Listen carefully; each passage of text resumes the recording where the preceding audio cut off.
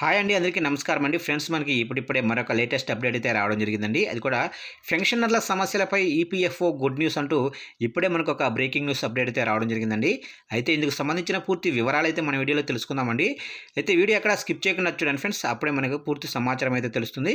ఇక ముఖ్యంగా వీడియో నచ్చినట్లయితే లైక్ చేయండి ఫ్రెండ్స్. ఇక లేట్ చేయకుండా వివరాలకు వెళ్ళిపోదాము. ఇక్కడైతే చూడండి ఫ్రెండ్స్. భవిష్య నిధి చందాదారుల వ్యక్తిగత వివరాల్లో దొర్లిన తప్పుల సవరణలకు తిప్పలు తప్పటం లేదు. సవరణ నిబంధనల్లో మార్పులు చేసిన ఈపీఎఫ్ఓ వాటి కోసం వచ్చిన దరఖాస్తుల ఆమోదానికి నెలల తరబడి సమయం తీసుకుంటుంది. చిన్నపాటి సవరణ అధికారాలను కేంద్రీకృతం చేసి ప్రాంతీయ పీఎఫ్ కమిషనర్కు అప్పగించడంతో పనిభారం క్షేత్రస్థాయి విచారణ పేరట జాప్యం జరుగుతుంది. దీంతో సవరణలు పూర్తి కాక పదవీ విరమణ, నగదు ఉపసంహరణ, పీఎఫ్ ఖాతా బదిలీ, పింఛను మంజూరు, క్లెయిముల ఆమోదం ఆలస్యమవుతుంది. ఇక ఆన్లైన్ దరఖాస్తుల్లోనూ సాంకేతిక సమస్యలు.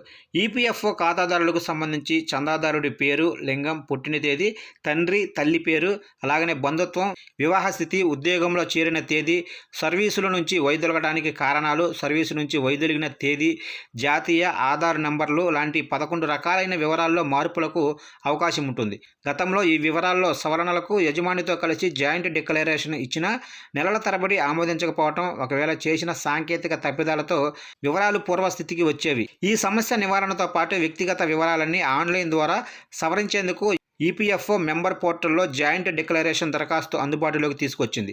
స్వల్ప మార్పులకు దాన్ని ధృవీకరించే 2 రకాల ధృవీకరణ పత్రాలు, పెద్ద మార్పులకు 3 రకాల ధృవీకరణ పత్రాలను యజమాని ఆమోదంతో పంపించాలని సూచించింది. ఇక సరైన పత్రాలు జత చేసిన క్షేత్రస్థాయి విచారణ పేరట నెల నుంచి 2 నెలల సమయాన్ని తీసుకుంటూ ఆమోదిస్తున్నారు. ఇక ఒక సంస్థ నుంచి మరో సంస్థకు బదిలీ అయినప్పుడు పీఎఫ్ ఖాతా నుంచి నగదు బదిలీ చేస్తున్న ఈపీఎఫ్ఓ సర్వీసులు బదిలీ చేయడం లేదు. ఆన్లైన్ దరఖాస్తు సాఫ్ట్వేర్లో లోపాలు సరిచేయక వ్యక్తిగత వివరాలు నమోదు చేస్తున్నప్పుడు ఎర్రర్ అని వచ్చి దరఖాస్తు ప్రక్రియ ముందుకు వెళ్లడం లేదు. ఇక స్వల్ప వెసులుబాటు. ఈపీఎఫ్ ఖాతాల్లో తల్లి, తండ్రి పేరు, బంధుత్వంలో దొర్లిన పొరపాట్లను సరిచేసేందుకు సమర్పించాల్సిన ఆధారాల్లో స్వల్ప మార్పులు చేసింది. గతంలో passport, ration card, health card, pension card, పుట్టిన తేదీ ధృవీకరణ, వివాహ ధృవీకరణ పత్రం, ఆధార్లో ఏదైనా 2 లేదా 3 పత్రాలు జత చేయాలని సూచించింది. ఇక తాజాగా వీటికి అదనంగా పాన్ కార్డు, 10వ తరగతి సర్టిఫికెట్, డ్రైవింగ్ లైసెన్సులని పరిగణనలోకి తీసుకోనున్నట్లు ఈపీఎఫ్ఓ తెలిపింది.